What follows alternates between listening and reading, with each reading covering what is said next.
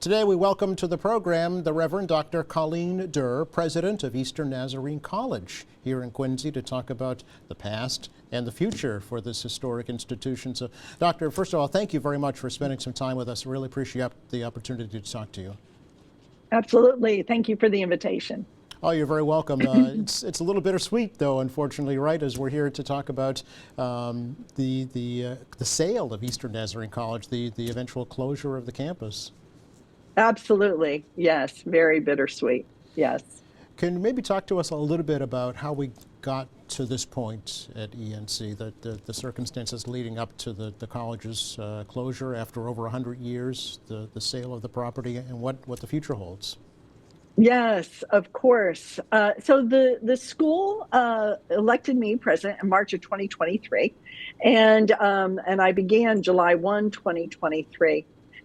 And through the process of with the search committee, they were very honest and open about the challenges the school had been facing over the years, amplified, of course, by COVID, as it did for everyone in every institution that was struggling going into COVID, and the challenges that I'd be facing stepping into the presidency. And I quickly discovered, once the boots on the ground, so to speak, that the challenges were even more significant than the board realized.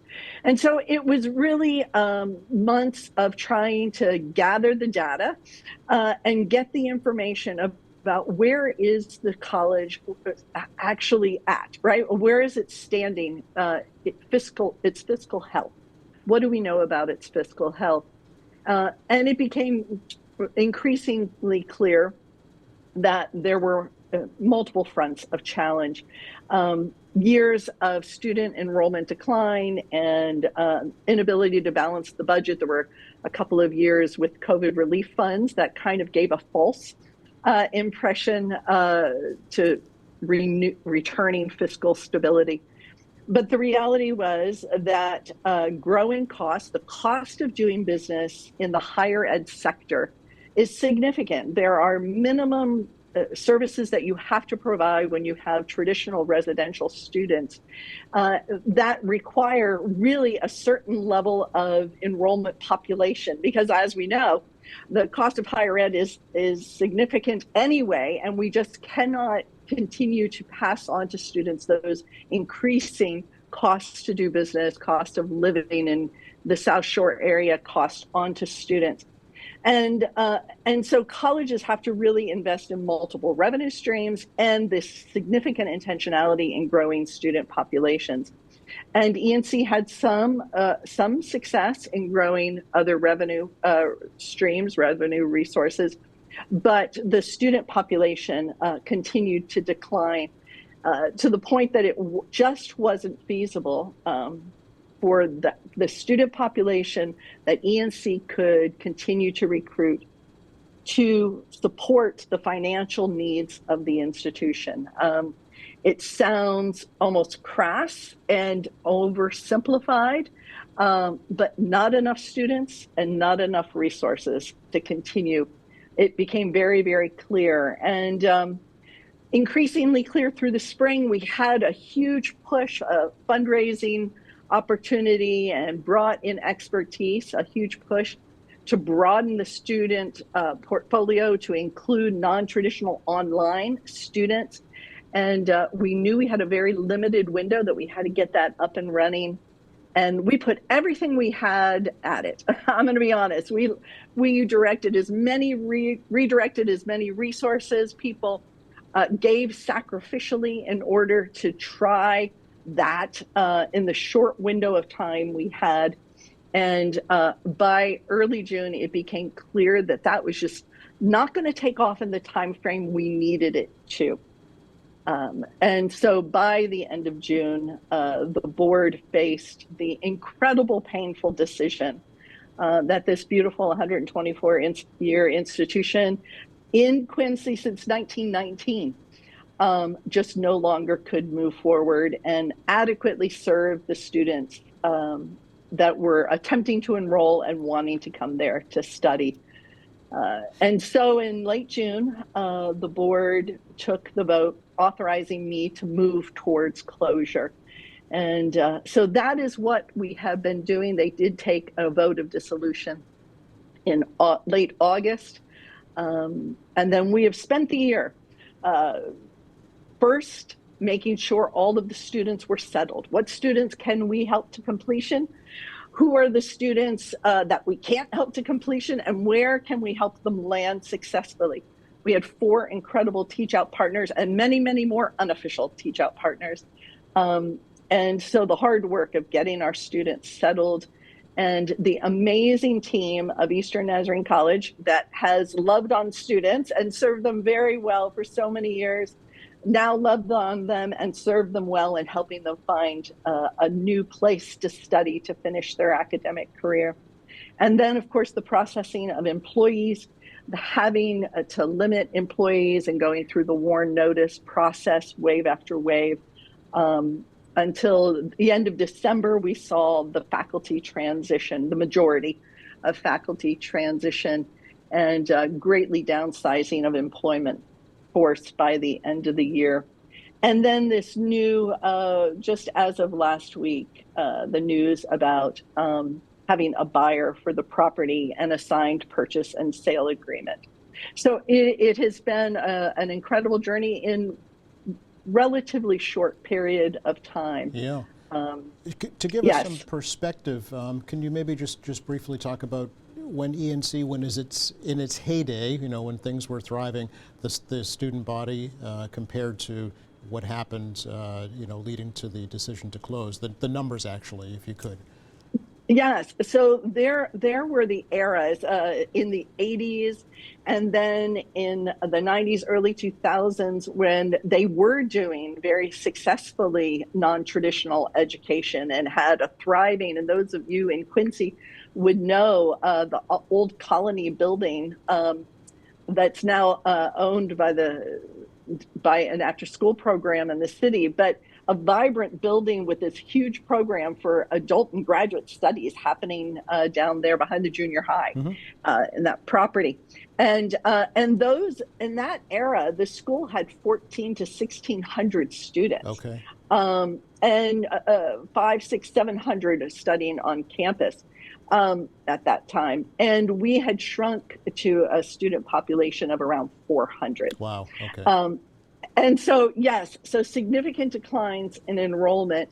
And, all the statistics say, the data, before COVID, the data said that colleges needed a minimum of 1,000 students in order to adequately meet, as I was saying earlier, all those functions we're required to provide, right? And appropriately so, required to provide. Post-COVID, that number has now moved closer to 2,000, and schools are really being encouraged that without 2,000, it's hard, fiscally difficult, and the absolute need then for other revenue streams. And so that number was just not feasible for ENC to continue. And as we saw what the projections were for our traditional fall enrollment, and we saw the much slower rate than we needed for the online and non-traditional enrollment growth, we realized that we just could not manage the finances moving forward. And our students deserved us to not run into bankruptcy and have to close overnight. And I will say that was the one thing that the board was so compelled about, because we know, we have heard the stories. We've all heard the stories of schools who, on a Friday at 5 o'clock, the board takes a vote and the doors are locked and they're done. And we were determined that that would not be the ENC story, that the legacy mattered too much, that we wanted to honor our students and employees and in the best way we could. And so we said, that's not going to be our story. We're going to acknowledge our reality in a time frame so that we don't have to close overnight, so that we can help students transition, that we can set up the legacy to continue in the form of 60 years worth of applicant students and transcripts that will now be cared for by another institution, and all of the students who were able to transfer. Yeah, do you know? So, yeah. I'm sorry, go ahead. I was going to say, so that was we wanted that to be the continuing legacy and the story on how we ended. Sure. Owning our own closing process, Yeah. right, was the goal. So were those students that transferred, did they stay within the Nazarene system, or did they go to other institutions, or was it a mix of both? It was a mix, which was Okay. beautiful, right? And ENC was made up, and it absolutely beautifully reflects the makeup of the ENC student population, which is one of the things I so loved about it. This beautiful diversity of students from all different faith walks and from literally all around the world. We had last year students, faculty, and staff over 40 different countries of the world represented. Wow. That's beautiful, right? And so some students went back to their original country to study. Other students were NCAA D3 athletes and entered the portal, right? And those are the moments you love the portal in NCAA, and so they were able to find new places. In some instances, almost entire teams were able to transfer and be able to stay together. And then several of our sister Nazarene institutions from other states were also able to serve primarily our Nazarene student population and help them. But Quincy College, local there, absorbed quite a few students. And of course, Worcester State was a teach out partner, and Gordon took a significant number of students and serving students who wanted to continue in a faith-based experience, but wanted to stay in Massachusetts. That was a significant number of students that they were able to come along and serve. So as I understand it, then there are 78 students remaining that are finishing out their graduation to this May? So yes, so when we started the school year in September, which of course looked incredibly different than it had ever before, but we had 78 students that our registrar and our chief academic officer and deans identified as, we believe we can help these students successfully get across the line and they don't have to transfer. And all of the undergraduate students, we chose a pathway and worked with them so that they could complete in December. And I'm thrilled to say that all but 2 did, and those 2 are taking a class and doing what we call reverse transfer. And so they'll send it back to us and they'll be able to be conferred in May. And then a significant portion of graduate students were also able to successfully finish in December. We had a graduation then. But we have 14 graduate students who are doing their final coursework, who will graduate in May, and then those 2 undergrad that will transfer back in and complete. So we're down to 16 students, but it's so exciting to see the ones who they worked so hard to be able to graduate from Eastern. The faculty came around them, obviously incredible adjustments the faculty had to make to their teaching approach and to accommodate the students. So that leads us to I'm sorry, go ahead. I was going to say the interesting story is we had one traditional undergrad residential student in the fall. And somebody said, somebody ought to write a story about that one student's experience. And so that was our final residential student, and no more students, obviously, on campus now at this point. Leading us to the sale, right? To a 2006 alum, Graham Crane, has purchased the whole campus? He has purchased everything, all of ENC properties.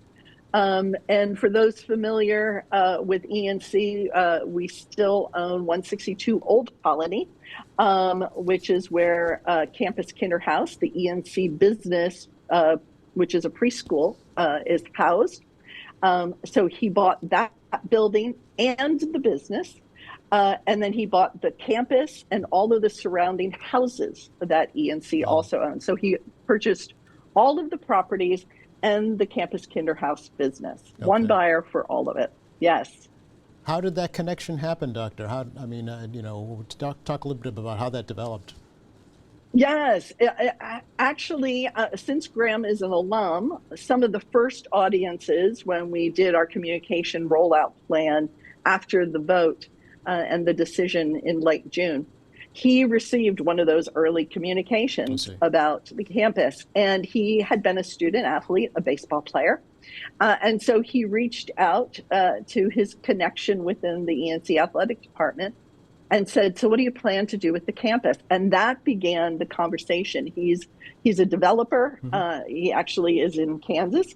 But that began the process of him saying, "I might be interested," and began what ended up being a 7-month conversation that resulted in the purchase and sale agreements. I see. And according to the plans released so far, anyway, he's anticipating some new residential development, but also says preserving the historic nature of the campus. So what does that mean? Do you know? Yes, it was really important for the Board of Trustees and the administrative leadership that a couple of things made Graham as the potential buyer, compared to others, stand out for us.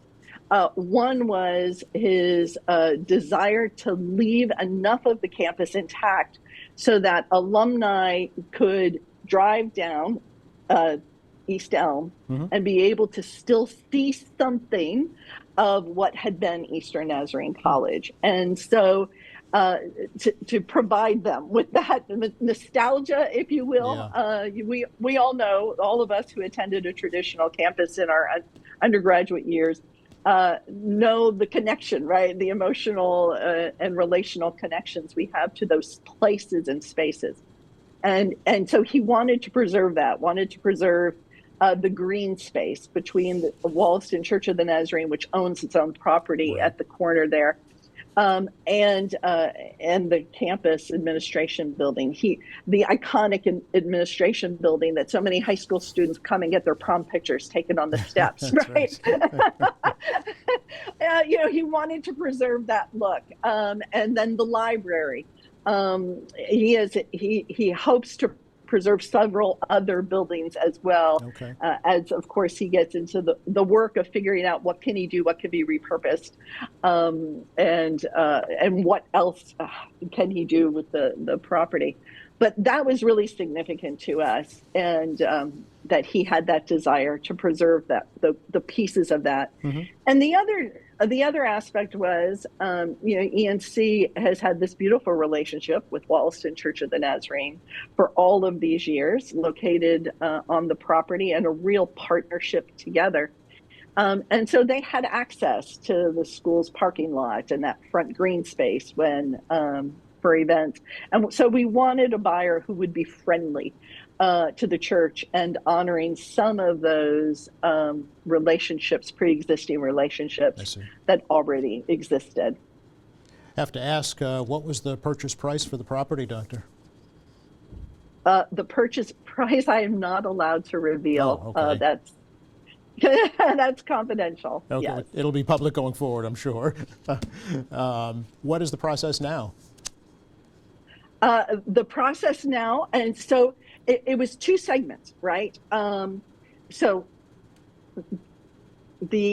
I'm sorry, my husband keeps walking back and forth in front of my camera. I apologize. The purchase and sale agreement was divided into two portions. One portion was for the campus Kinderhouse business and the building 162 Old Colony in which it's housed. And that closing will happen, expected to happen by March 12th. And so as Graham has the intent, and again, as a really significant positive in him as the buyer, to continue Campus Kinderhouse. And it has served Quincy so well for decades, and wanted to make sure that continued. And it will continue with the same director and employee base that has been in existence. And so that purchase and sale agreement will be finalized and moved to closure mid-March. And then the rest of the campus, all the other properties of the campus, will be in the coming months. There's a window dependent on all the work that he needs to do in order to close up the purchase and the things necessary to move towards closing. Yes. Yeah. And so sometime this summer, early fall, we anticipate closing on the rest of the property to Okay. occur. So will Camp Kinderhouse remain in the same location? Or it will. Okay. Yes, yes, it will. Yes, it will. That's why it was critical to sell the business and that building together. I see. Yes. And will there be kind of a formal closing ceremony, if you will, or a final day of the school? So there will be, interestingly enough, this has been a learning process for me, but there will actually be multiple closings. Okay. And so May 31 is the day that we surrender our accreditation. And so that's the day we cease to be a degree granting institution, which we all think of as a college, right? And so that's May 31st. So in one aspect, that'll be a closing. Then there will be the closing on the physical property that, as I said, will probably happen sometime through summer, potentially late fall. And then there will be the closing of the legal entity that is Eastern Nazarene College. And we're told by our incredible attorney team that will most likely be late 2025, potentially even 2026, until all of the legal things that have to fall into place can occur. Sure. And do you know, will Mr. Crane be hosting any community events here in Quincy to talk about the future of the property? Yes, my understanding is, and he has already, as far as I know, has already begun working with city leaders to make sure that those relationships are really well formed and that the city is connected and aware of what his intent is and listening to what are the needs needs of the city. Having lived on the campus for a number of years and having friends in the area, he's aware, but he wants to make sure he hears from the city and the city leaders. Yes. Do you know were all of the faculty and staff also able to transfer to other institutions and find other jobs? So that has been the process of our HR director and the department really working with them. And Massachusetts has all the resources of the state to come alongside, and we held sessions on, resume building and getting them signed up for unemployment and helping connect to other job opportunities in the state. Sure. The other colleges in the region were incredible about sending us. These are all our job openings. Do you have an enrollment specialist? Do you have a psychology professor? So it has been wonderful, those kinds of conversations, and to hear the stories of where people are settling. And I have to tell you, some of my, as someone who's a little older, some of the most exciting moments have been our young employees who graduated from ENC and stayed with us and moved into employment roles. To hear of some of the incredible professional roles that they've been able to get and making these significant vocational shifts for them. That has been just such a blessing and a highlight to cheer them on as they move forward in their careers as well. Yes. Leads me to ask, Doctor, what does the future hold for you personally? Yes, it took me a long time to be able to think about the future, because in June, May 31 felt like a long way off, and May 31 is also my end date with Eastern Nazarene. They don't need a president after you no longer have accreditation, and but I announced within the last 2 weeks that I will be taking a position as executive vice president at a sister institution in Ohio.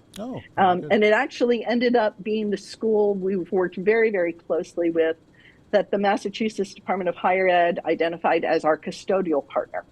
And so I've been working tightly with their registrar and their IR and their IT and all of their people. So I've had opportunity to get to know them and their system very well, and we'll be making that transition to them this summer. Oh, congratulations on that. That's fantastic. Thank you. Thank you. Anything else you'd like to share with the folks here in Quincy about ENC right now? I would just like to thank Quincy. It has been the home of ENC since 1919, coming from the Midwest to the Quincy area. My husband and I loved living in the community. I shared with Mayor Koch that it really was a delight for us and an incredible experience to live there. And the way the city embraced ENC all these years, welcomed our students. The neighbors surrounding it really became part of the ENC community in a very profound way. And so I would just like to say to ENC, to Quincy, thank you for being the home of Eastern Nazarene College for all these many, many years, and for loving our students and welcoming them and caring for all of us so well. And we hope that what comes next will be a blessing to Quincy. That was our goal, and we've been clear to Graham and Crane, and he as well wants to continue to serve Quincy. And so that's our hope and prayer, that this next, what is next on that property will become an even greater blessing to the community than what ENC has been. Well, really appreciate the opportunity to talk with you about this, and I want to wish you the very best in the future. Thank you so much. Thank you very much. You're very welcome. And thanks for watching us here at AM Quincy. I'm Joe Catalano. We'll see you next time.